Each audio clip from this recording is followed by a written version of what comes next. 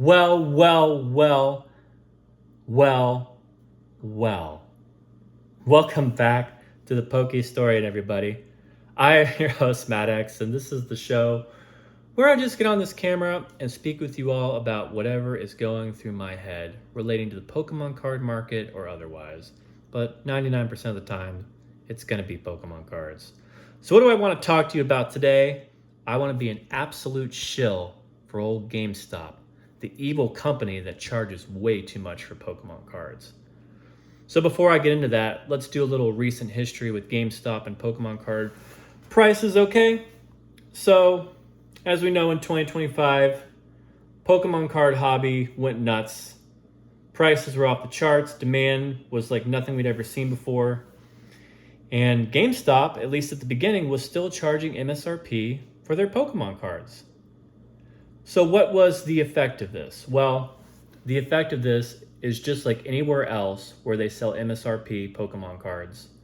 It caused insane demand, it caused security issues, fights, and lines that were absolutely absurd.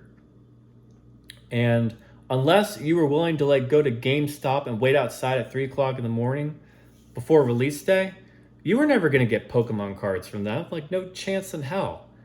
And I don't know about you, but like, I just don't have the time for that in my life right now. I got too much shit going on, you know?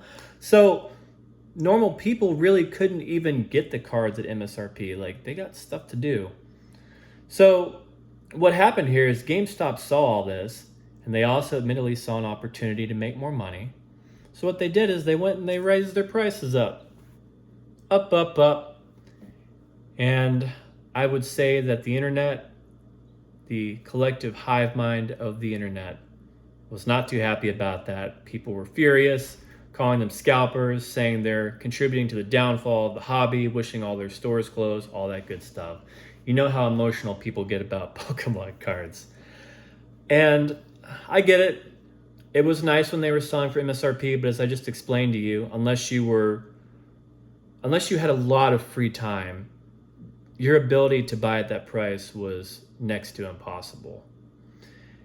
And now we're at a situation where, yeah, they don't charge MSRP anymore, but a lot of times, not always, but a lot of times, they are still charging below market price. And I see that as a great thing and a good deal. And I want to remind you all that I think you should take advantage of that when you can. For example, Ascended Heroes ETBs, what are those sitting at now? $143? GameStop, when I bought them from them about a month and a half ago, was only charging $100, and the market price at that time was $110. So I thought to myself, I walked in the store with my buddy, we're looking at these things, and I'm like, $100 for Ascended Heroes? So let me get this straight. When Prismatic came out, the ETBs were on the market going for about 130, and they fluctuated going a little bit up and a little bit down, but they stayed really around like 130 bucks.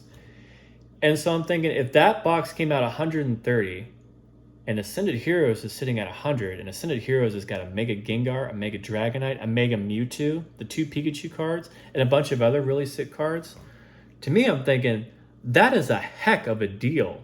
There's no way this box is going to stay at $100. Absolutely no chance in hell.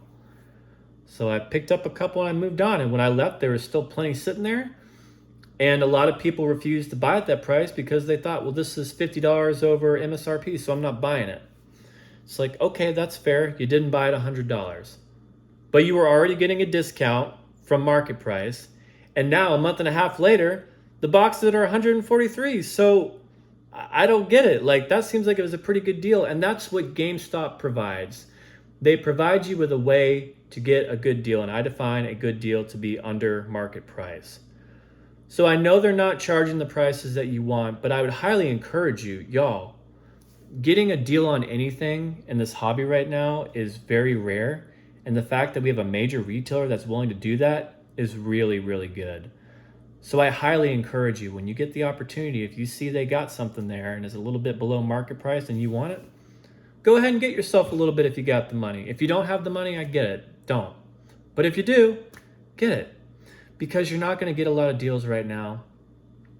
And with Ascended Heroes, I don't think there's any chance. I don't think there's any chance at all. And we'll make this a timestamp video so people can go back and watch years later or months later, whatever. But I don't think Ascended Heroes ETBs are going under $100. Even if they did drop a little bit, I just don't see it happening. So, anyways, that's all I got for you. Make sure you take advantage of the deals when they're out there. I gotta go to a Sandcastle festival. I'll talk to you later. Like and subscribe. And as always, thanks for watching. And also, hit the notifications if you want. Just give a little poke. See you later.